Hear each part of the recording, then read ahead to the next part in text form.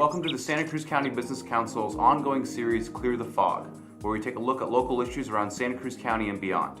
Today, we're going to be joined by KindPeoples Collective CEO, Khalil Moutawakkil, who's going to be talking to us about cannabis business tax rates. So I'm Khalil Moutawakkil. I'm the CEO and co-founder of KindPeoples, and we're a cannabis dispensary here in Santa Cruz County since 2014.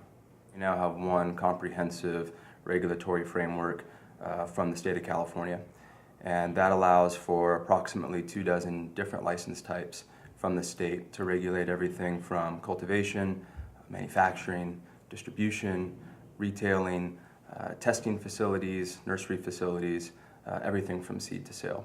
It's no secret that California's got the strongest black market of cannabis in the world, and when a lot of people think of the black market, they think of street peddlers or something real seedy, and in fact that's actually not what we're experiencing right now in California. It's much more visible.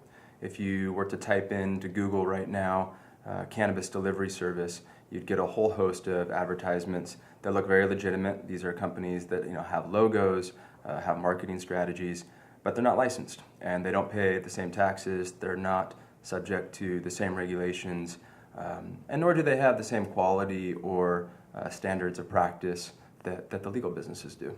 The effective tax rate for California cannabis will vary depending on the local jurisdiction that it's sold in, but it's approximately somewhere between 40 and 50%.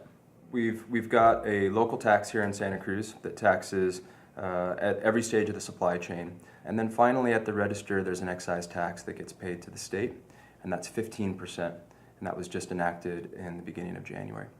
And so we worked in cooperation with the county for the last 3.5 years, trying to have conversations about the tax rate and the reasons for which that rate is really difficult for businesses to remit every month.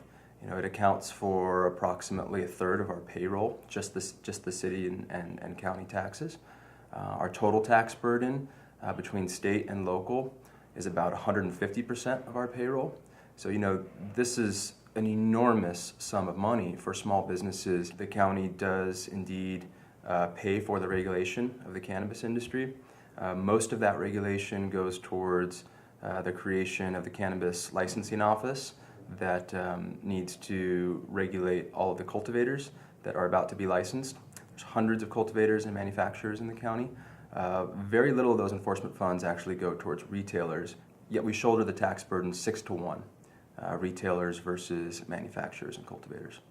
Cannabis isn't going anywhere. It's been around since ancient times, and there's a strong demand for it in the marketplace, and we want to encourage these businesses to survive and to be able to produce tax revenues for the county and our city for the long term. It's got to be sustainable, and the tax rate that we have right now is going to encourage larger, bigger businesses to come into Santa Cruz and wipe out these smaller local businesses that have been around for 5 and even 10 years at this point. This has been another episode of Clear the Fog from the Santa Cruz County Business Council. If you'd like to follow local issues in Santa Cruz County and beyond, please give us a subscribe on YouTube or feel free to follow us on Facebook and Twitter.